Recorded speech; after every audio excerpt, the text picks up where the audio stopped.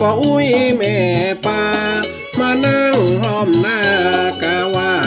เข้านอนเปิดฟังเทศสอนคำก่อนข้าวโอ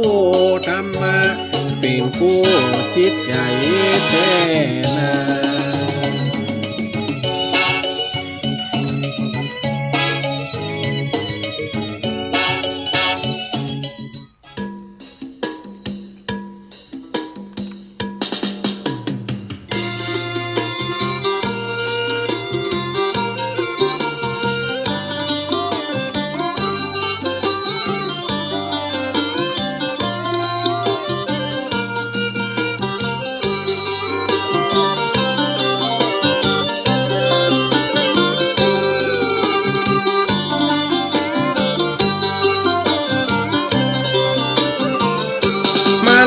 มาแล้วพี่น้องศรัทธาธรรมอุจา8 โมงเมื่อเช้า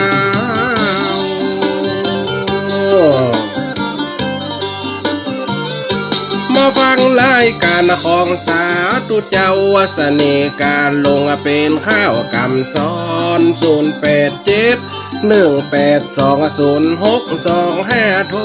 มาโอวอนนาเจ้าแม่นายฮือกำลังใจพระอาจารย์ท่านพ่อ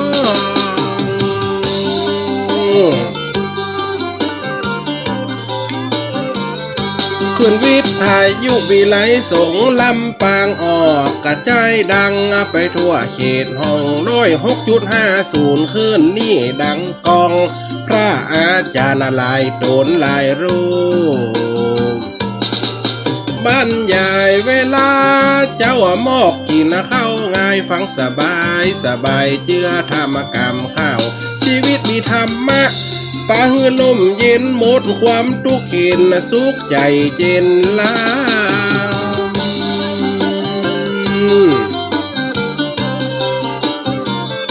คนเท่าไปวัดระวังอาบุญเติมกำมาข้ามน้ำอุ่นใจเลียตีน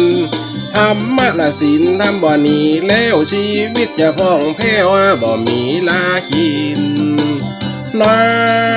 ท่านนาพี่น้องศรัทธามีหลักความเชื่อ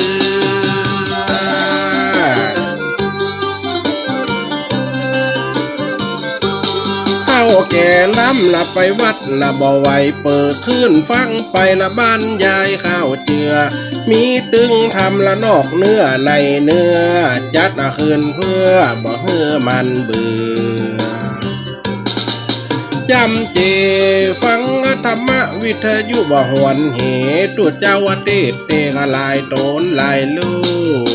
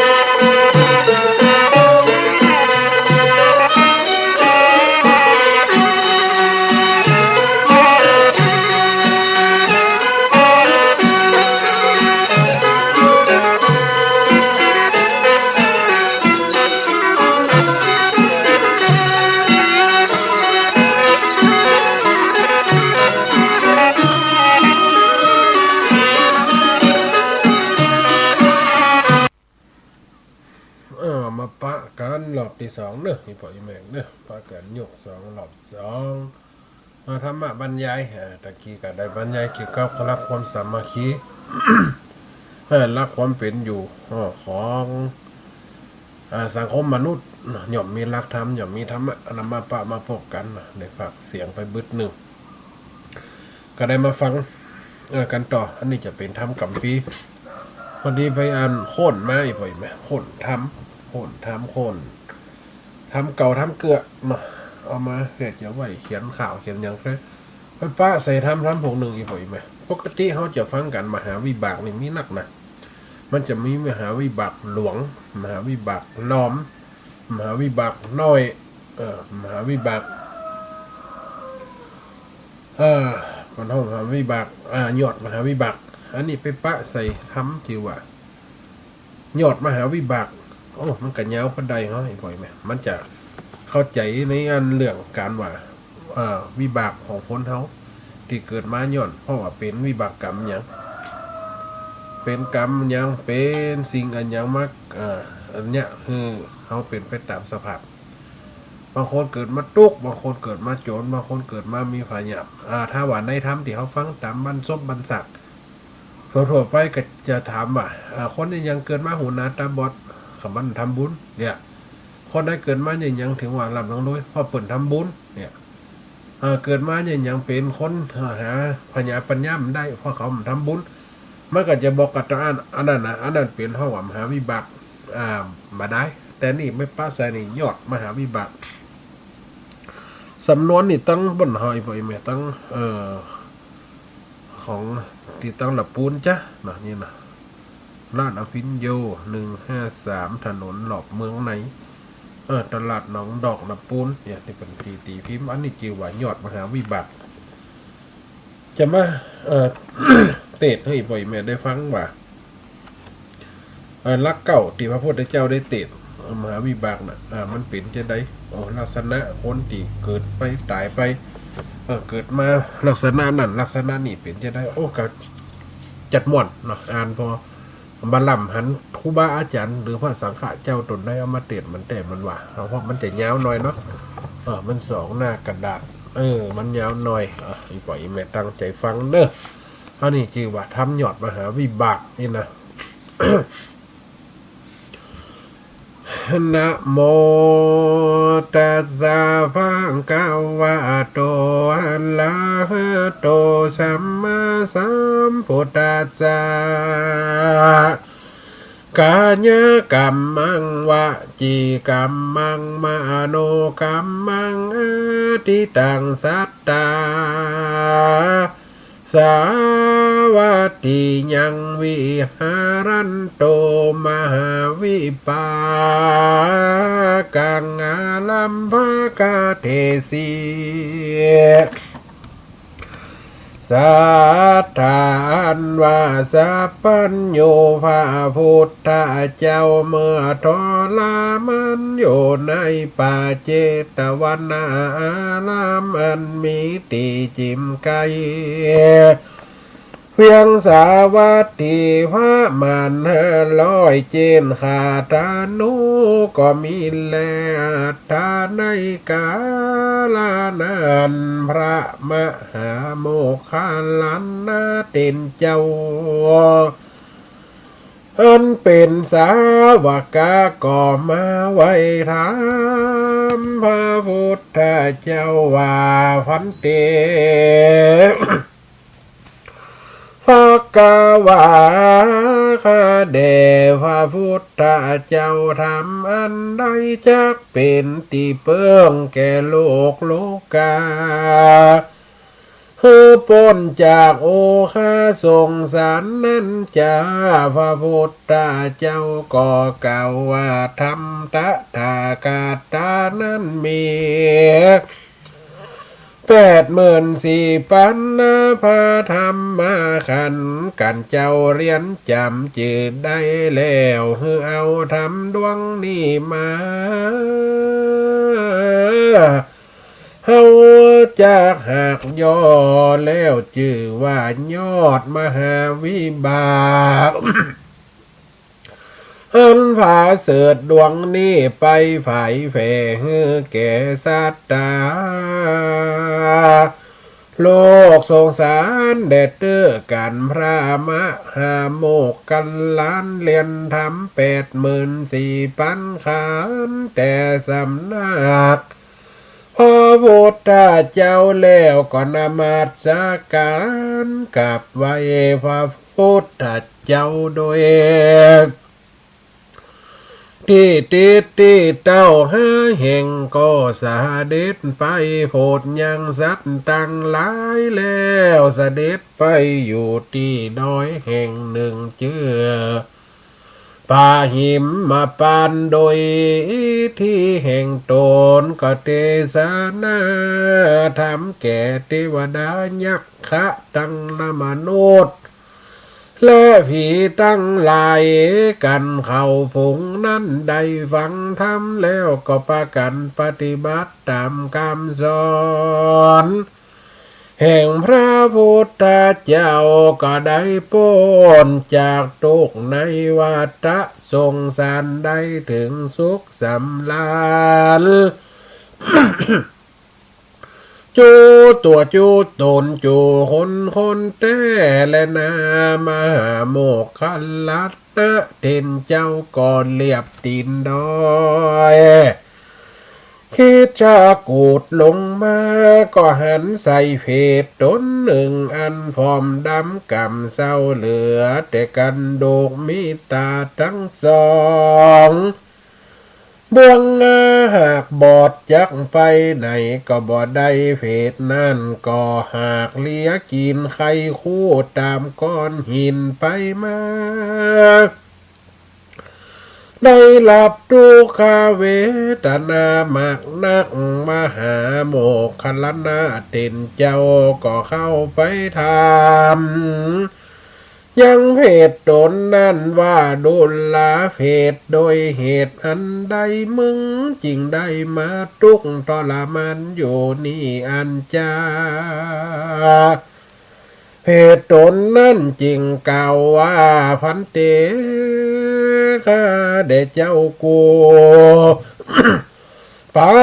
ปกรรมอันผู้ข้าได้กัดดำมาแต่จัดก่อนได้เกิดเป็นเศรษฐีปันดังมั่งมีของสัมปติมากนักที่นั่นยังมีพี่คู่เจ้าเข้ามาจำวัดสาอยู่ ในอารามกายบ้านแห่งข้ามาขอเข้าปินที่บาทผู้เป็นเมียแห่งข้าก็เอาเข้าแลน้ำพอจะน่าอาหารไปใส่บาทอยู่บ่ขาดอยู่วัดมาผู้ข้าก็กลัวเข้าของสัมปัตติข้าทั้งหลายนี่จากเสียงไปนั่นแหละก็แจ้งด่าเมียแห่งข้าวว่าดูลาสู่เฮยสู่สั่งมาใบแต่นอหมอพิจารณาว่าพี่คู่สังฆาเจ้านั่นบ่หูจักละกะทำไรและใส่นาเจ้าอันขี้ข้านอยู่บ่อนใดสู่สั่งเอาเข้าน้ำผัดใจอาหารไปตานใส่บาตรมันอยู่ใจฮือมันได้กินอิ่มต้องสู่บ่ได้กัดตำสันนั่นเตอยากระทำแต่และนาอันว่าโมนาหกนั้นจักมีหรือบ่มีไฟก็บ่รู้ได้ กาบดังสวรรค์จันฟ้า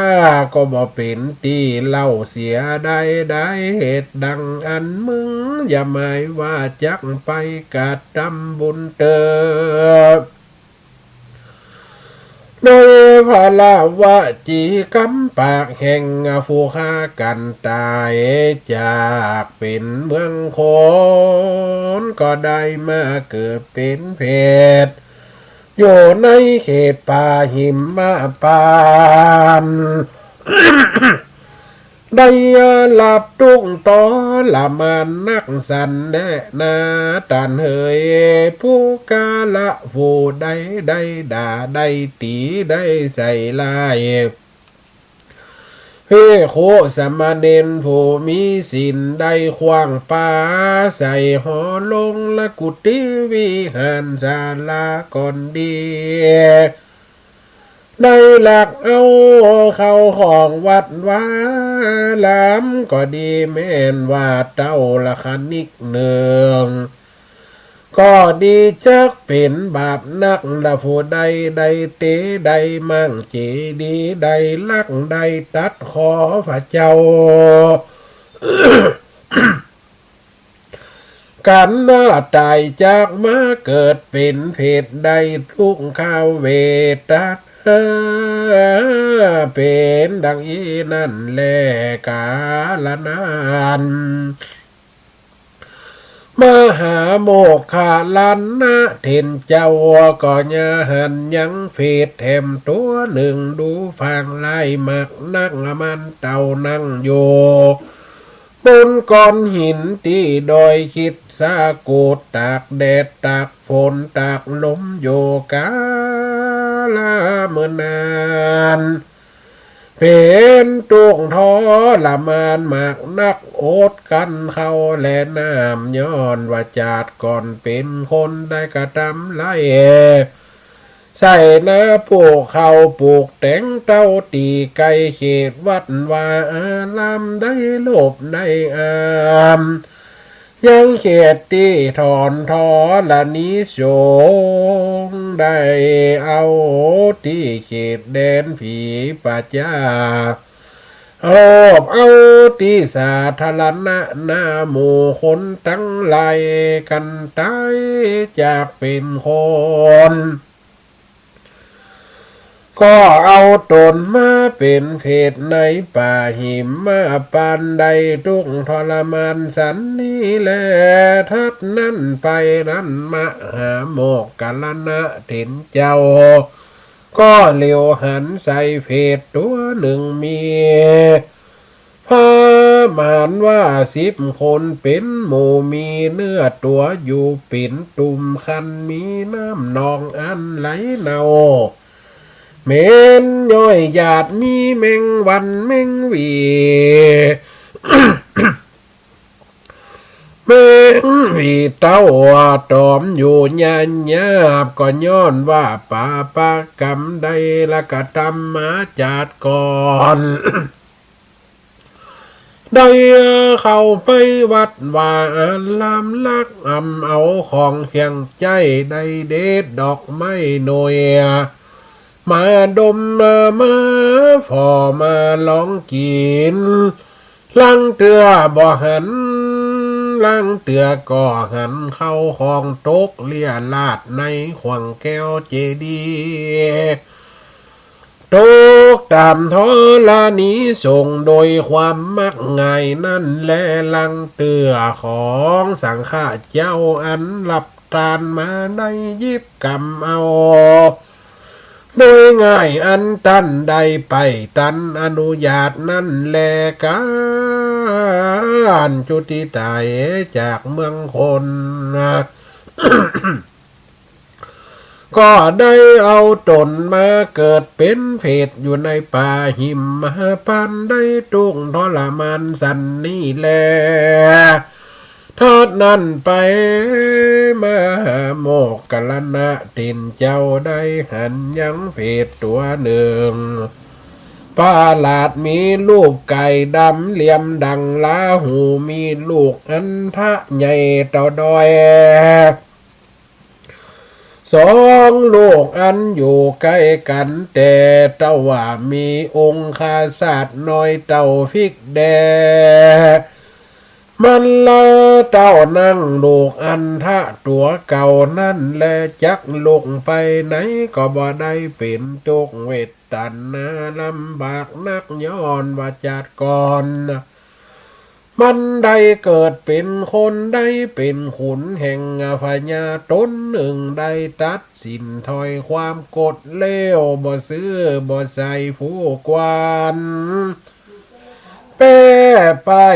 ฮือการผู้กวนใดป้อยฮือเสียก็ย้อนกิเลสตัณหาบังหันแต่เงินคำกาดจ้างการว่าใจมั่งจากเมืองคนอันได้เกิดตนเป็นเพศจึงมีอันทะใหญ่เต่าปูดอยมีองค์กาชาติน้อยเต่าพริกแดก็มีนั่นแลทัดนั้นไปมหาโมกกันลันหน้าถิ่นเจ้าแล้วก็หันยังเพศแถมตนหนึ่งมีปาก อันวะแหว่งมีน้ำโมกน้ำลายและน้ำนองไหลย้อยโย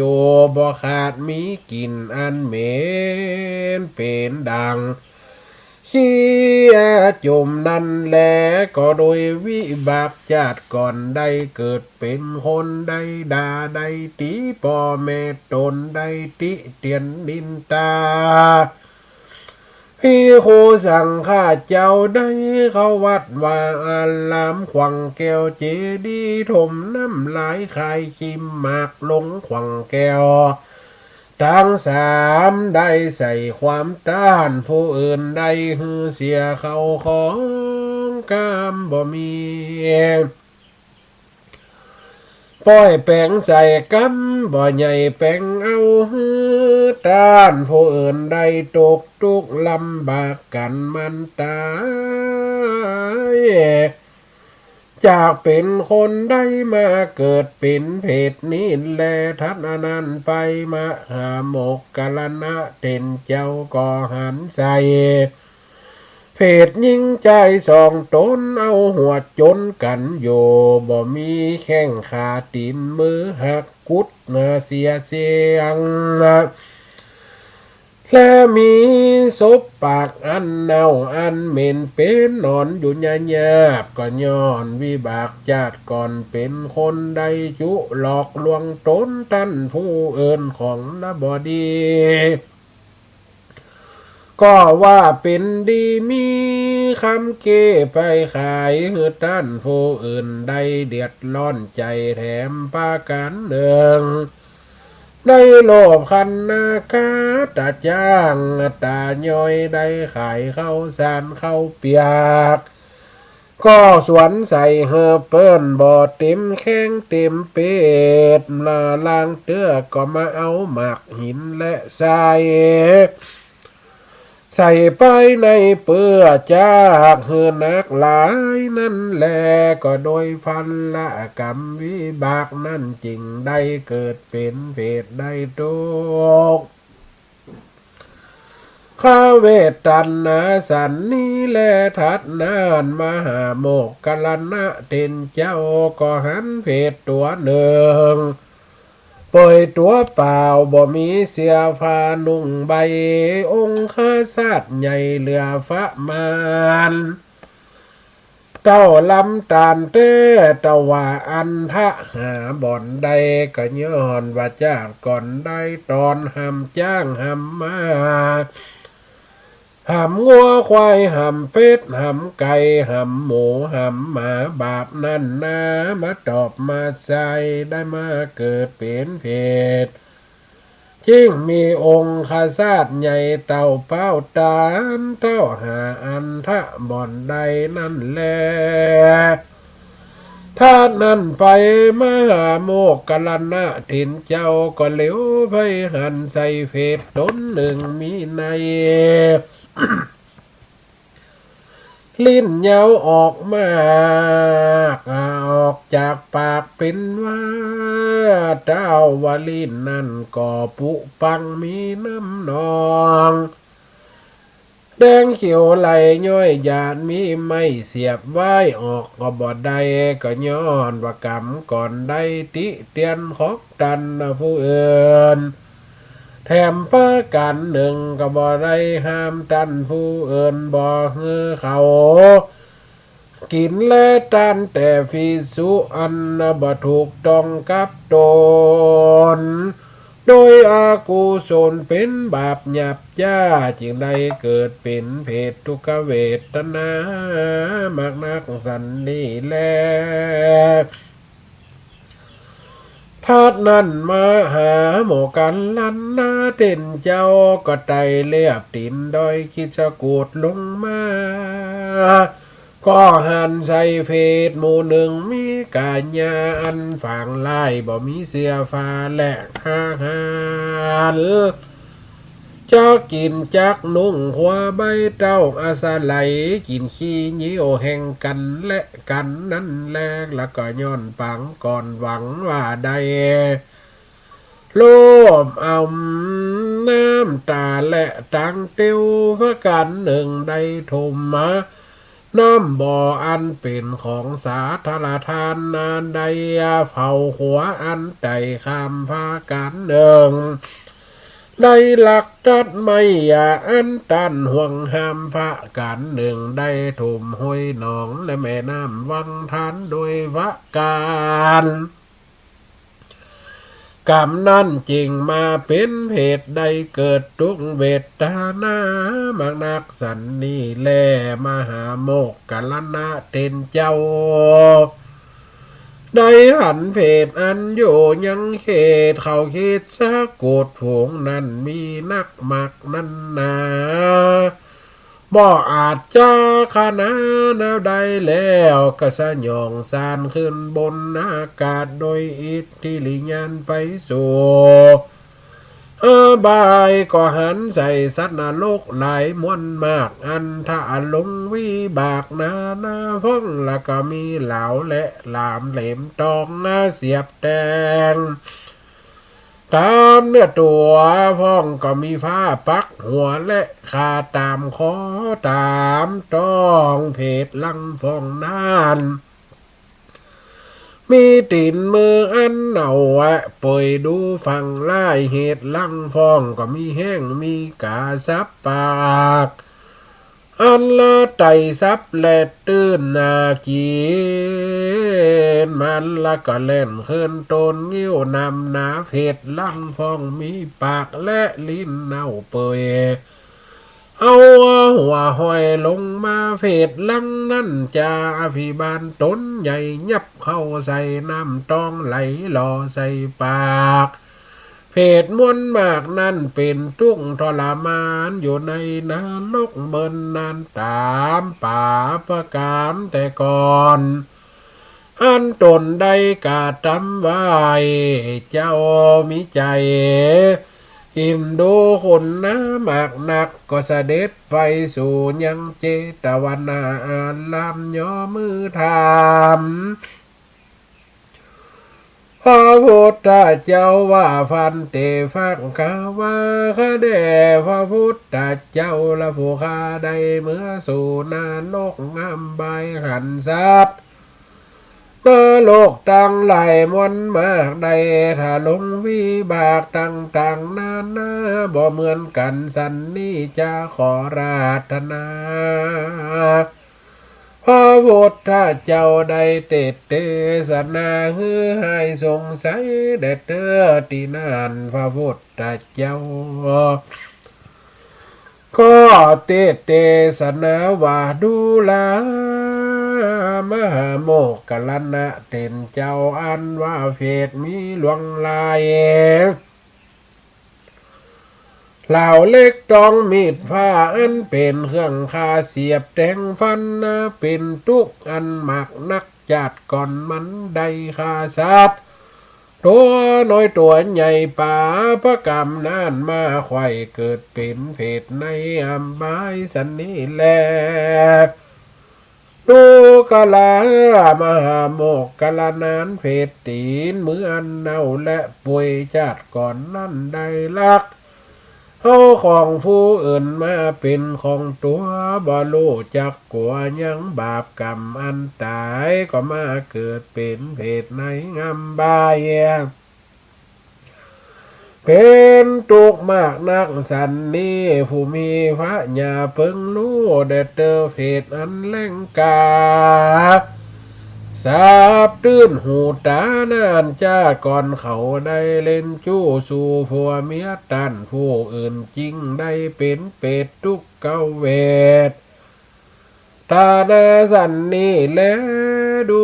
กรามหาโมกกลนะเด่นเจ้าโมเพศอันอยู่ในงาบายจาพิบาลเอาเหล่าเสียบแดงปากและเล่นอันป่วยเน่ามีหัวกุดหอยย่อนลงมานั่นจัดก่อนได้จูไหลหลอกลวงฟังหูเอินเฮือได้ตกไม่สะตกเสียของกรรมละบ่มีแปลงใจกรรมบ่ใหญ่แปลงเอามันได้ตายเป็นเพศในงามใบนั่นแลเหตุลังพองจายมมีบานนี้ตีนมือแลเอาน้ำเล็กน้ำทองอันร้อนไฟหล่อใส่ปากเป็นทุกหักทรมานสันนั่นเนี่ยดิเลเหตุว่ามันได้เดิมละสุราได้ดาปอดตีเปได้กระตามกำไล่แก่พี่คู่ผู้มีศีลได้เกิดมาเป็นเพศในอบายได้ทะลงตุกนักลายลำเพิงในเมื่อมาหานี่แลนามหาโมกกลนาเต็นเจ้าได้ยินได้ฟังคำสอนแห่งพัฒถากตาแล้วมีจือใจขุนนาฝูงเฟดก่อนยกมือถามพระพุทธเจ้าว่าฟันเตภะคะวะข้าแด่พระพุทธเจ้าอ่านว่าบาปกรรมหลวงหลายเขาหากเป็นโทษอันหมู่เพศใดก็ตามเมื่อจัดก่อนละอันละแปลงมาเสวยกรรมได้ถูกต้องตามในอบายจักฮือเขาตั้งหลายได้พ้นจากความทุกข์ได้เสวยสุขจากได้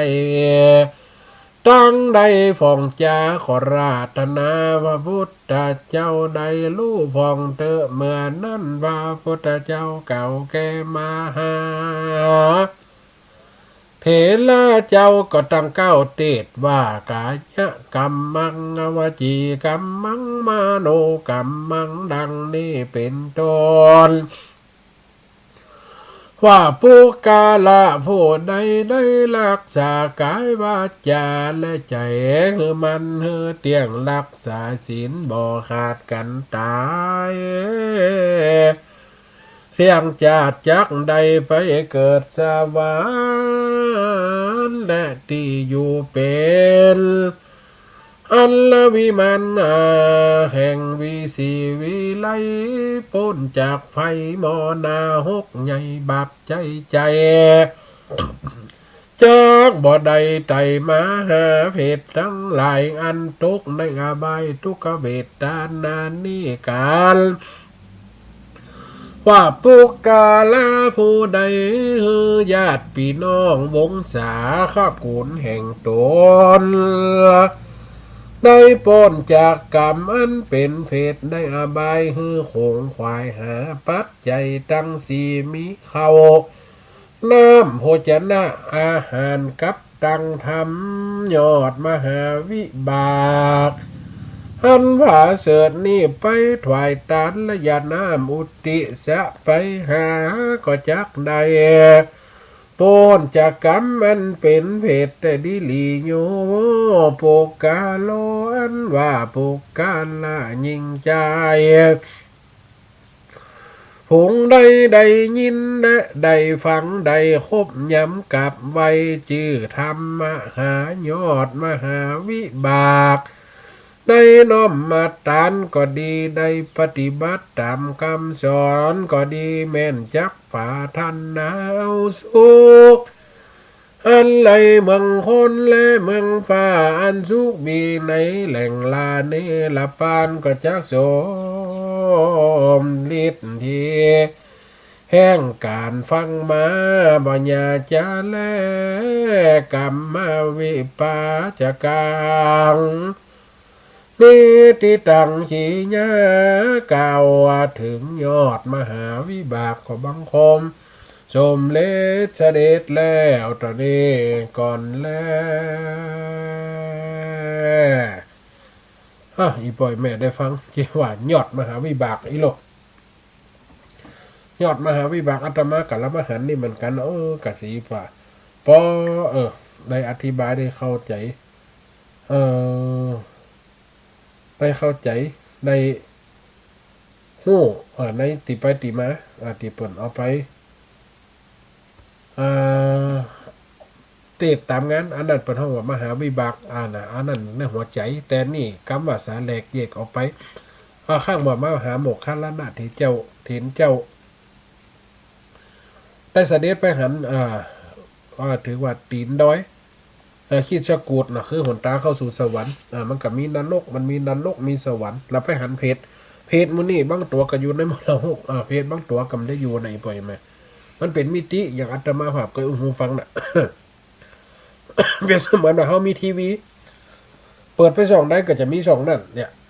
เขาหับได้มันก็เป็นช่องเขาจะหันป่านี่มรดกอันนี้เป็นเจ้าอีมรดกตัวนี้เป็นเจ้าอีมรดกตัวนี้เป็นเจ้าอีกรรมวิบากเขาเป็นเจ้าอีได้สร้างมากรรมอันใดได้ทำอย่างนี้อธิบายกับปอได้โหและสาเล็กออกไปกับม่วนในความเข้าใจและก็ตั้งอยู่ในโสตะและตั้งอยู่ในความตั้งมั่นเนอะปล่อยแม่เนอะนี่นะยอดมหาวิบากได้ฟังมาได้อูมาเจรจามาก็เลยใครแก้ไขอยากว่าพระมหาโมคคัลลานะใครแก้ไขเขาแต่เขาติดไปเป็นทุกขเวทนาบางคนกับมีหัวกุดหัวดวนเป็นน้ำหนุกน้ำหนองบางคนกับเป็นคอเป็นเพศเป็นผีที่หาร่างกายบันได้ล้วนเนี่ยมดปากไม่ปากเหน่าปากนอนมันเป็นเพราะเหตุสันใดในถ้ำนี่ก็ว่าไปจัดเดี่ยอีปล่อยแมนนี่นะเป็นถ้ำเก่านี่นะเพื่อคนมั้ยแต่ว่าเขามาได้เรียบเรียงเป็นสายในความ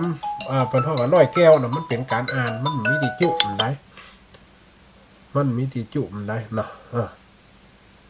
มันก็เป็นความได้มาเล่ามาจ๋าให้ฟังอีปล่อยแมนเนาะได้มาเตะสนะให้ฟัง ได้มาเตะสนะให้ฟังอีปล่อยแมนนะแต่กี้มีสายเข้ามาน่ะมีสายเข้ามาตะกี้ถ้าจะย้ายพรกันเนาะเดี๋ยวฟังเบอร์โทรนี่อัน105นี่นะถ้าไปจะโทรมาก็โทรได้เนาะโทรเจนเราจะอูมาเพราะว่าอูมาเมินละ2 ชั่วโมงนะเสียงก็จะแห้งจะแหบไปเดี๋ยวก็จะไปทำงานทำการต่อคือตั้งบัตรตั้งปกนะวันศุกร์ก็จะเป็นวันพระวันศีลวันพระวันศีลเขาก็เลยจัดได้การปฏิบัติการแปลงการจัดการแจงเกียรติศาสตร์อาสนะตั้งน้ำต้นตั้งอะไรอย่างขึ้นมาสาธุเจริญพรเด้อสาธุเด้อใจพรเด้อสาธุฟังอยู่เนาะจบ2 ชั่วโมงละ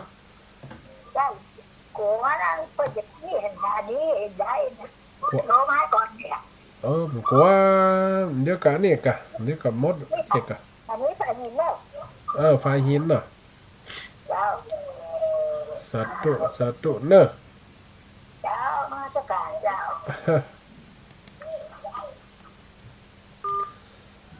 ยามเวลาแรงนะผมกันเนี่ยแรงแปลงกินพอกห่อข้าวต้มขนมไว้จะไปวัดไปว่าวันผูกเป็นวันพระวันศีลนะอีปล่อยแม่เนาะทางวัดกับเพลไปสถานก็จะเอามาทำบุญติวัดติวะนะก็ต้องตอนทับกันไปแต่ละวัดแต่ละตีเจริญพรเนอสาธุเจริญพรสาธุโยมแม่ฮัลโหลเจ้าสาธุเจริญสาธุท่านการอะไรอย่างละหนึ่ง นั่นเหรอ ทำดีๆแล้วเนาะ พระมหาวิบากอันหยอดมหาวิบากอีนะมันเป็นถ้ำเก่าฮะ เจ้า กันละมาหนึ่งมาเจาะไป นี่แม่ซุกปั้นเพื่อน้ำตาลหน่อยเจ้า มันแพะนอนตันปุ่นเนาะ คือแม่ซุกก็เด้อ ไม่สุกนะ เจ้า แพะนอนตันนี่มันมีตั้งห้างชัดก่อนไหม ฮะ แพะนอนตันนี่ห้างชัดเนาะ ก็ได้ยินชัดเจนกันดีเจ้า ว่าจะห้างชัดเหมือนกับแพะนอนตันนี่ห้างชัดนะแม่เนาะ ฮะ แพะนอนตันนี่อยู่ห้างชัดเนาะ อายุของผู้หนอ อยู่เนาะ กันเมฆเพกะ มันสองตีเนาะ พูดกับแพะนอนตัน เขาวัดกันเมฆ อ๋อ ชาวบ้านวัดกันเมฆเจ้า คณะวัดกัดเมฆเนาะสาธุเนาะโยมแม่นเนอ เจ้าจำโยมน้องก้อยนะครับแม่เป็นแม่ของน้องก้อยอ่ะ น้องก้อยที่อันนั่นที่มาเนี่ยนะแม่เนาะ เจ้าเจ้า สาธุเนาะโยมแม่นเนอ เจ้าเจ้าสาธุได้ยินทีเด้อ สาธุแม่นเนอ เจ้าสาธุนี่หมดเลยนะ น้องก้อยคำปั่นแล้วนะสาธุเจริญพรสุขภาพ มองมาหาที่บ้านนี่มันมันมีแค่ละคนทิ้งแค่นั้น อันนี้เป็น นั่นนี่มหาวิบากหยอดมหาวิบากหลวงก็ฮะนี่นะมันมีหลายภูกว่านี่แบบมีหลายอันนี้มีหลายอันตำหาอันนี้นะไปหันใส่โอ้งอมกำมันเหมาะหอยเนี่ย แต่ไปคือมากันน่ากลัวเนาะอย่างนั้นไปก็เป็นที่บ้านเป็นหมด นั่นน่ะหยอดมหาวิบากนี่นะมันกันอันเนาะ ยอดที่บ้านแค่นี้นะเนาะข้อดวนก็มีทั้งหมด มูติหยาบดีป่นเขามันจะไปใหญ่ยังก็มันดีในวันเนาะ นั่นแหละจะไม่แม่ก็ว่าโอ้นอนฟังนี่เนาะอันโอ้ตายละมันยานได้ก็เป็นอันนั้นแต่ไม่ได้แต่เนาะแต่เนาะ พระโมคคัลลันน่ะเพิ่นหลงไปหันใส่อย่าแล้วมาถามพระพุทธเจ้าพระพุทธเจ้ามีแต่กะอย่ากะมันเป็นจี้นะแต่มันจะมีหนักกว่านี้นะแม่นี่เขาสาแรงออกมายังนี่ครับมันจะมีมหาวิบากหลวงครับอันนี้หยอดมันอยู่นะ ฟังเนี่ยโอ้ยนี่นะผัวให้อันไรแบบหมดเป็นไม่บาดเป็นหมดนี่นะ นั่นกันอันดีของก็แบบวางนี่อันฝึกเตี้ยวอ่ะคะฝึกเตี้ยวได้อ่ะวางนี่ ใช่สี่ขานะจ๊ะลูก อ๋อ สี่ขาอยู่ใช่สี่ขาอยู่ไปของเขายังได้แต่เลย หายไปบ่อยเนอะ เจ้า สัตว์เนอะ มันจะมาเดียวนี่จังเย็นเดียวมันมาใครกินข้าวอะไร อ๋ออันนั้นมันยมได้ถ้าเขาเนาะเจ็บป่วยมันนึ่งนายกำกินนะนายเข้าเนาะ กำมันเป็นไข่ถือไม้เป็นมันต้องใส่โอ้ยังเอากินหมด ต้องฝืนมันเนี่ยคือมันอยาก กินนมนี่กินได้นมนี่กองไม่น้อยแต่เสี้ยงกองเขา นี่อยู่ที่อันนะ โอ้น่าว่าโอ้ยแม่มาครั้งนี้ครั้งหนึ่งนี้เนาะ นั่นน่ะเดี๋ยวก็ตึงหายไปตึงจะหายอยู่ นั่นแหละแต่ว่าจะย้ำเนี่ยทำใจเราเนี่ยจะต่อยพื้นต่อยเดินไปแค่ไหน แม่น่ะมัน ไป เรา นอนเป็นหนอดไปกับไล่แก่นะเดินสินไล่บ้านเนี่ยได้ไปว่าภาษาดีนะ โน่นั่นน่ะ เวลาโอ้จะมาไปอ๋อนี่เนาะกังห้องมาอันสูงอ่ะ แม่น่ะมันต้องนี่ฝั่งแม่ว่าน้องน่ะมันต้องมีมันก็ใช้กันไปแก้กันไป น้อยเนาะ แม่นใช้กันไปแก้กันไปมันก็จะมดไปคือมัน ฟังเกี่ยวว่าโอ้ยแม่กับใครยังทั้งงั้นลูกเทศนี่ใครแต่แบบนั้นมาเอง สาธุนะแม่เนาะ จ้าเจ้าแม่เป็นกำลังใจเด้อ สาธุ เจ้า สาธุเจริญพร ไปสาเจ้า สาธุ แม่ฟังอยู่นะ นั่นน่ะห่างหายไปเหมือนล่ะ แม่วางนี่แม่บอกใครโทรจนได้อะ ได้การ ปล่อยคนโทรบอกว่า เหมือนเตี่ยนะอันเหมือนโทษเตี่ยอีเขาถากา โทรมันให้กันยังว่าโทรมันให้มันจะหุ่มปั้นเหยมึนมาช่วยจะหุ่มปั้นได้หรอ อันนั้นน่ะช่องนี้อันนี้น้อยฝนตกด้วยนี่นะตอนนี้ แมน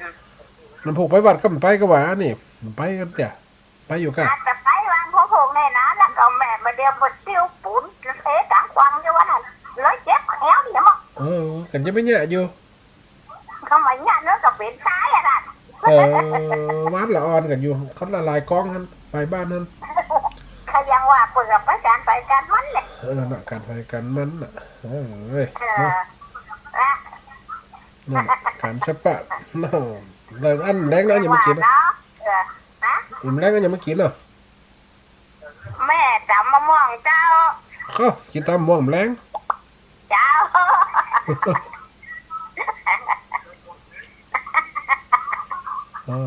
สาธุแม่เนอ เจ้าท่านมาวันที่อันเจ้าซีกะ แม่นไหม วันนั้นไม่ไปที่เขาเจน ไปก่อนน่ะ ไป สาธุเราจะแม่เนอ เจ้าแม่เป็นกำลังใจเนี่ยท่านเลย ฮะสาธุ แล้วก็ยังว่าแม่จะเหมือนไหนโทเนอะแต่แม่พังนะ สาธุไป นะ ปล่อยแม่นนะเวลามันก็ขำมาดันเนอขำมาอันใดก็ดีเนี่ยอันใดก็ดีเนี่ยดีทำเดี๋ยวก็จะไปเพียววิหารตังบาทเนออีบ่อยแม่นเนอพออยู่คนเดียวเนาะละแต่ได้ก็ขำมันเหมาะได้การได้ก็ดีเนี่ยถ้วยกับได้ล่างครับแต่เรียกให้มัน10 นาทีสุดท้ายนะเขาก็ออกก่อนเวลานอนเป็นอย่างว่าอู้มาตั้งแต่บ่าย 3ละเดี๋ยวพอจะ6 โมงละดู4 โมงไป5 โมงได้ก็6 โมงนะลาใครปล่อยแม่เด้อคนฟังตั้งหลายลาไปก่อนการอะไรกันดีเนี่ยดีทำเด้อไปถูกหวยกันฟ้องถูกหวยกันฟ้องนะคนหวังของคนจนนะผ่านไปแล้ววันหวดหน้าเอาใหม่เด้อเจริญพรเนอะเอาธรรมะเป็นที่ตั้งจิตใจเนอะอยู่ดีสบายโกคนวันถูกไปวัดก็คือได้บุญเนอะได้บุญเต็มเปี่ยมเต็มติเต็มตังในวันศีลจะตุเจริญพรเนอะ